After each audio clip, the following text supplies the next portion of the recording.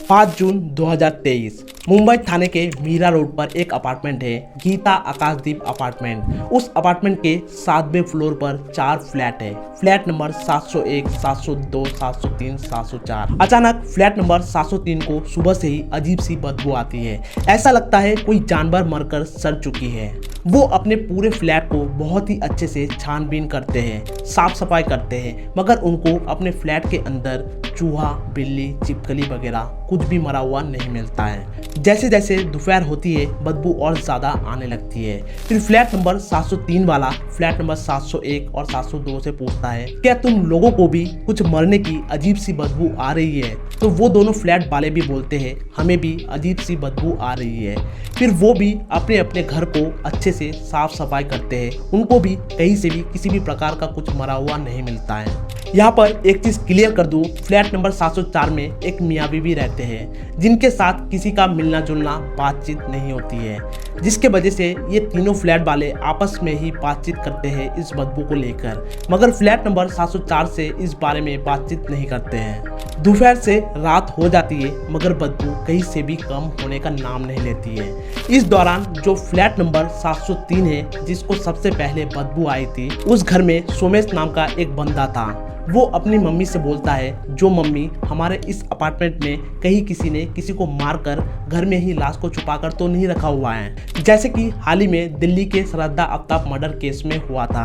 आफ्ताब ने श्रद्धा के टुकड़े टुकड़े करके फ्रिज में छुपाकर रखे थे।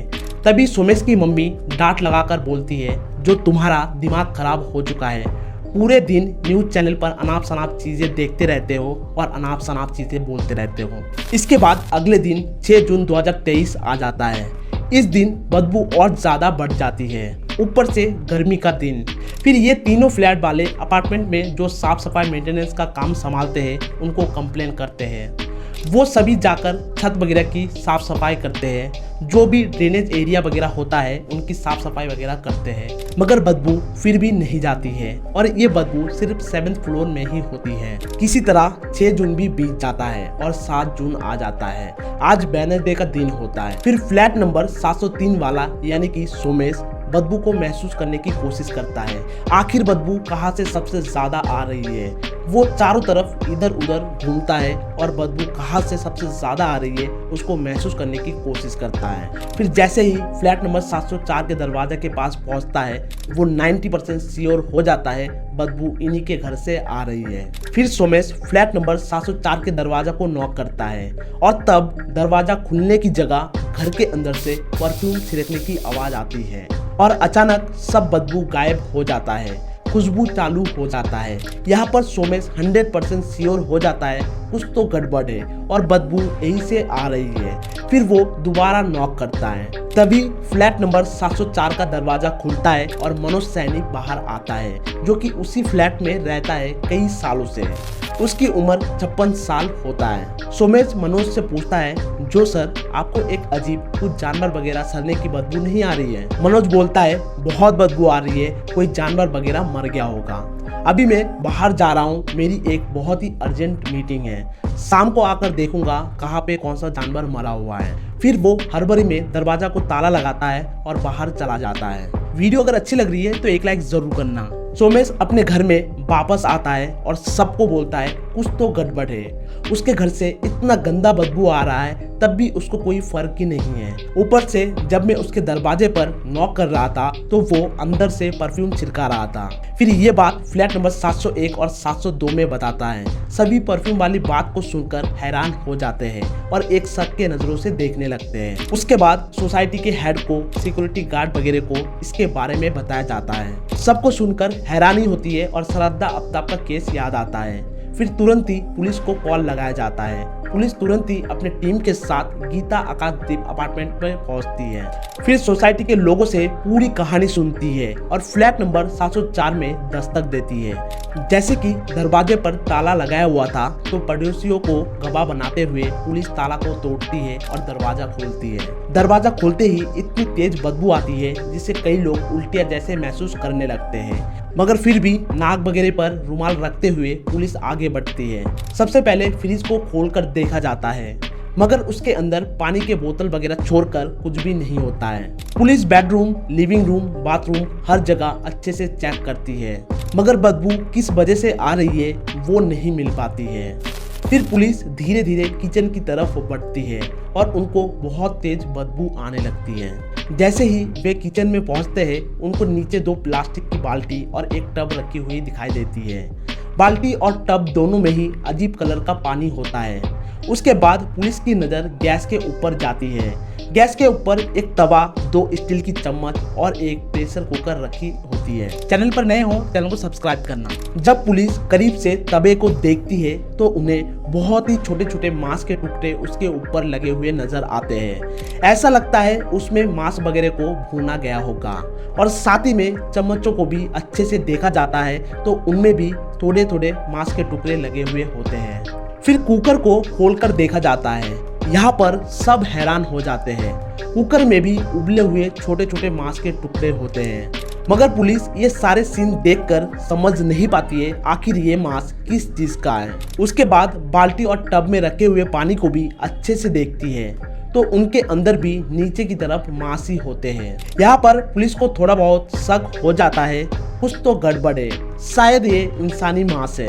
फिर पुलिस पड़ोसियों से पूछताछ करती है जो इस घर में कौन कौन रहते हैं, तो वे बताते हैं इस घर में बस मनोज सैनी और उनकी पत्नी सरस्वती ही रहा करते हैं और वैसे भी ये दोनों बहुत ही कम दिखते हैं, हमेशा घर के अंदर ही रहते हैं, किसी से बातचीत वगैरह भी नहीं करते हैं। फिर पुलिस दोबारा बेडरूम को अच्छे से तलाशती है तो उनको वहाँ से औरत का कटा हुआ एक लंबी सी चोटी मिलती है। ये देखते ही पुलिस अपने तरफ से कंफर्म हो जाती है कहीं न कहीं ये मांस किसी औरत के लाश का ही है। तुरंत ही फॉरेंसिक वालों को बुलाया जाता है। वे आते हैं और अपने साथ वो कुकर, तवा, बाल्टी, टब, वो चोटी सब लेकर चले जाते हैं फॉरेंसिक लैब में जांच के लिए। इसी दौरान मनोज सैनी भी मीटिंग के बाद अपने अपार्टमेंट में पहुंचता है और लिफ्ट की तरफ जाने लगता है। तभी उसे अपार्टमेंट के बाहर पुलिस की गाड़ी नजर आती है। उसको अंदर से थोड़ा खनकता है, मगर फिर भी वो लिफ्ट की ओर बढ़ता है, मगर तभी उसको 7वें फ्लोर पर हलचल नजर आती है। मनोज पूरी तरह समझ जाता है जो उसकी तोड़ी पकड़ी जा चुकी है, वहां से मुंह छुपाकर भागने लगता है। तभी सोसाइटी के कुछ लोग उसे भागते हुए देख लेते हैं और सभी मिलकर उसको धर दबोचते हैं। पुलिस चिल्लाचिल्ली की आवाज सुनकर नीचे भागते हुए आती है और मनोज को अपने हिरासत में ले लेती है। फिर उसको अपने फ्लैट के अंदर ले जाती है और उससे पूछताछ शुरू करती है जो इस घर में कौन कौन रहता है, कुकर में, बाल्टी में, टब में किस चीज का मांस था, बेडरूम में किसकी कटी हुई चोटी थी, वगैरह वगैरह। मनोज कहता है, सर मैं इस घर में एक सरस्वती नाम की महिला के साथ रहा करता था जिसकी उम्र 34 साल थी। सरस्वती और उसके बीच अक्सर झगड़ा हुआ करता था क्योंकि सरस्वती को लगता था मेरा दूसरे औरतों के साथ चक्कर है। तभी इन सब झगड़े वगैरह की वजह से सरस्वती जहर पीकर खुदकुशी कर लेती है। मैं अपने काम से घर आता हूँ तो देखता हूँ वो मर चुकी है। वीडियो अच्छी लग रही है तो एक लाइक जरूर करना। फिर पुलिस मनोज से पूछती है अगर उसने खुदकुशी की है तो उसके लाश के इतने टुकड़े किसने किया। फिर मनोज बोलता है जो सर मैंने ही उसके लाशों के इतने टुकड़े किए। पुलिस पूछती है तुमने बताया जो तुमने उसको नहीं मारा, तब तुमने ऐसा क्यों किया। तो मनोज बोलता है जब मैं शाम को काम से घर लौटा तो देखा जो सरस्वती जहर पीकर खुदकुशी कर चुकी है। ये देखकर मैं बहुत डर गया। मुझे लगा जब लोगों को इसके खुदकुशी के बारे में पता चलेगा तब सभी सोचेंगे शायद मैंने ही इसे जान से मारा है। फिर पुलिस बेमतलब का मुझे इसके मौत का जिम्मेदार ठहराते हुए अंदर कर देगी। फिर पूरी जिंदगी जेल में कटेगा। जैसे कि मैंने श्रद्धा आफ्ताब मर्डर केस की न्यूज़ बहुत अच्छे से देखा था, जिससे मुझे भी आइडिया आया जो क्यों ना इसके लाश के छोटे छोटे टुकड़े करे जाए और उनको थोड़ा थोड़ा करके बाहर फेंका जाए। इससे किसी को भी कानो कान खबर नहीं होगी। अगर वो लाशों के टुकड़े टुकड़े नहीं करेगा तो वो 7वें मंजिल से लाश को अपार्टमेंट से बाहर भी नहीं ले जा पाएगा। उसके बाद वो मार्केट जाता है, वहाँ से एक वुड कटर लेता है, एक टाइल कटर लेता है, एक हथौड़ा लेता है और 2 प्लास्टिक की बाल्टी और टब लेकर घर आता है। फिर धीरे धीरे लाश को काटना शुरू करता है। लाश को काटने के बाद थोड़ा थोड़ा करके प्रेशर कुकर में उबालना शुरू करता है। जैसे ही मांस उबल जाती है उसको तवे के ऊपर रखकर तेल वगैरह डालकर रोस्ट करता है, जिससे स्मेल पूरी तरह खत्म हो जाए। फिर रोस्ट किए हुए मांस को प्लास्टिक के थैले में डालकर अपार्टमेंट से बाहर ले जाता है और गली के कुत्तों को वो मांस खिला देता है। यहाँ तक पुलिस उसकी पूरी कहानी सुनती है, मगर पुलिस को उसकी कहानी में बिल्कुल भी यकीन नहीं होती है। फिर पुलिस इसको पुलिस स्टेशन ले जाती है और इस पर सख्ती से पूछताछ शुरू करती है। अब यहाँ से इसकी और एक कहानी शुरू होती है। मनोज कहता है वो अहमदनगर का रहने वाला होता है। करीबन 20 से 22 साल पहले उसका एक बार एक्सीडेंट हुआ था। उस एक्सीडेंट के बाद वो कुछ दिन हॉस्पिटल में भर्ती था और तब उसको खून भी चढ़ाया गया था। कुछ दिन हॉस्पिटल में रहने के बाद जब ठीक हो जाता है, घर वापस आ जाता है। सब कुछ ठीक चलता है, पहले की तरह चलने फिरने लगता है। फिर अचानक उसकी तबीयत बिगड़ जाती है, दवाई वगैरह खाता है, ठीक हो जाता है। कुछ दिन बाद वापस दोबारा बीमार पड़ जाता है। फिर डॉक्टर उसको कुछ टेस्ट लिख कर देते हैं। वो टेस्ट करवाता है तो टेस्ट रिपोर्ट में पता चलता है वो HIV पॉजिटिव है। उसको लगता है एक्सीडेंट के वक्त जो खून उस पर चढ़ाई गई थी वो किसी HIV पॉजिटिव इंसान का था, जिसके बाद उसने डिसाइड कर लिया वो कभी शादी नहीं करेगा। फिर 2-4 साल बाद उसके माँ बाप दोनों गुजर जाते हैं। बोरीवली में मनोज का अपना फ्लैट होता है, जिसको उसके माँ बाप गुजर जाने के बाद किराए पर चढ़ा देता है 35,000 रुपए महीना, और खुद मीरा रोड पर गीता आकाशदीप अपार्टमेंट में 10,000 रुपए महीना किराए देकर रहने लगता है। और तभी से ही वो एक राशन के दुकान में जॉब करना शुरू करता है, जहाँ से उसे कुल 5,000 रुपए महीने मिला करता है। राशन के दुकान में जॉब करते करते 2008 में उसकी मुलाकात सरस्वती से होती है, और सरस्वती भी अहमदनगर की रहने वाली होती है, जिसके चलते दोनों में अच्छी खासी बातचीत होने लगती है और दोनों में प्यार हो जाता है। सरस्वती एक अनाथ लड़की होती है जिसके आगे पीछे कोई नहीं होता है। उसके 4 छोटे छोटे बहनें हैं जो कि सभी के सभी अनाथ आश्रम में रहते हैं। सरस्वती उनमें सबसे बड़ी थी। वो 19 साल की हो चुकी थी, इसलिए वो अनाथ आश्रम से निकलकर मुंबई में रहने लगती है और कामकाज करने लगती है। जैसे कि सरस्वती और मनोज दोनों ही अकेले थे, दोनों के आगे पीछे कोई नहीं था, इसलिए दोनों एक ही साथ गीता आकाशदीप अपार्टमेंट में लिविंग में रहते थे। सरस्वती ने बहुत बार मनोज से शादी के लिए फोर्स किया, मगर मनोज ने कभी शादी नहीं की, क्योंकि उसकी उम्र सरस्वती से बहुत ज्यादा थी। सरस्वती कहती थी चलो किसी मंदिर में जाकर शादी कर लेते हैं, किसी को पता नहीं चलेगा, मगर उसने कभी शादी नहीं की। मगर गीता आकाशदीप अपार्टमेंट में जितने भी लोग रहते थे सबको लगता था ये दोनों शादीशुदा मियां बीवी है। कहानी अच्छी लग रही है तो एक लाइक जरूर करना। मगर जब सरस्वती और मनोज अनाथ आश्रम जाते थे सरस्वती के छोटे छोटे बहनों से मिलने, तब सबको बताया जाता था मनोज उनका मामा है। इसी वजह से कुछ लोग उन्हें मामा भांजी के रिश्ते से भी जानते थे। जैसे कि मनोज एक HIV पेशेंट था, तो उसको हर रोज दवाई लेनी पड़ती थी। उसको उसके जॉब से सिर्फ 5,000 रुपए मिलते थे और 35,000 रुपए बोरीवली फ्लैट से मिलते थे, जिसको उसने किराए पे चढ़ा रखा था। इतने पैसे से उन दोनों का गुजारा आराम से हो जाता था। मगर 29 मई 2023 को जिस राशन के दुकान में वो जॉब करता था, उस राशन शॉप का लाइसेंस एक्सपायर हो जाता है, जिस वजह से वो दुकान बंद हो जाता है और इसकी जॉब छूट जाती है।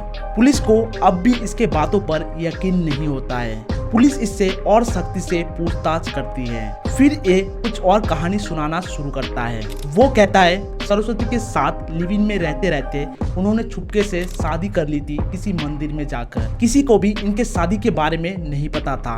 दोनों के बीच अक्सर झगड़े वगैरह होते थे, क्योंकि वो जब काम करके घर लेट आता था तो सरस्वती उस पर शक करती थी, जिस वजह से उसने खुदकुशी कर ली। इसके बाद पुलिस को इस कहानी में भी यकीन नहीं होती है। फिर वो और एक कहानी सुनाता है जिसमें वो एक्सेप्ट करता है सरस्वती को उसी ने चाकू से मारा है। मगर यहाँ पर पुलिस को बहुत दिक्कत होने वाली है ये प्रूफ करने में जो ये वाकई में मर्डर है या खुदकुशी, क्योंकि इसके बयान हर बार चेंज हो रहे हैं। ये पुलिस को बस गुमराह कर रहा है, जिससे पुलिस इस मामले को साबित ना कर पाए और वो कुछ महीने का सजा वगैरह काट कर बरी हो जाए। अब देखने वाली बात है पुलिस कैसे इस केस को सॉल्व करती है। सरस्वती ने खुदकुशी किया था या उसको मारा गया था वो कैसे पता करती है, क्योंकि उसके बॉडी के हर एक पार्ट्स कुकर में डालकर उबाला जा चुका है। अब जो भी हो पुलिस इस केस के जड़ तक तो जरूर जाएगी और क्या सच है वो भी ढूंढ निकालेगी। इस केस को लेकर आगे जो भी अपडेट्स होगा आपको उसकी जानकारी वीडियो के कमेंट सेक्शन में मिल जाएगा। आपको क्या लगता है मनोज सच बोल रहा है या फिर पुलिस पुलिस को गोल गोल घुमाने की कोशिश कर रहा है? कमेंट में ज़रूर बताना।